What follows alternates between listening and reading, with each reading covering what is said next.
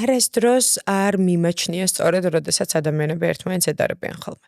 დავიწყოთ დედმამიშვილებით, არ უნდა შევადაროთ, იმიტომ რომ მაღალი კონკურენცია და მერე მოდის კითხვა, რომ კი, მაგრამ ახლა ვინმე მილიონერს რო შევადაროთ ჩემი 9 წლის ბავშვი, რომელსაც სწავლა ეზარება პირობითად. ხო შეიძლება мотиваცია წამოვიდეს უფრო მეტად. შემდეგ ჩდება სტანდარტი, რომ აი აქ უნდა ვიყო ბედნიერი და როდესაც მილიონს მივიღებ, შემდეგ უკვე შეიძლება პირობითად ბედნიერი ვიყო. ესეთი დეფინიცია შემოდის ხოლმე ბავშვთან.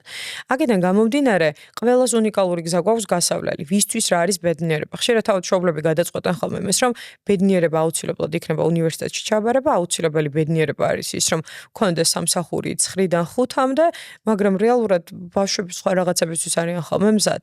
არა მხოლოდ მშობლები, სამწუხაროდ სკოლის პედაგოგები.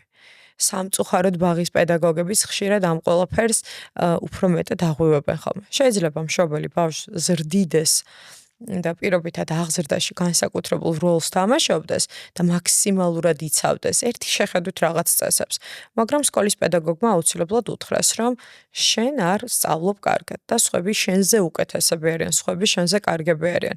ასე რომ შედარებას იშვიათად რა პოზიტიური შედეგები მოეტანას.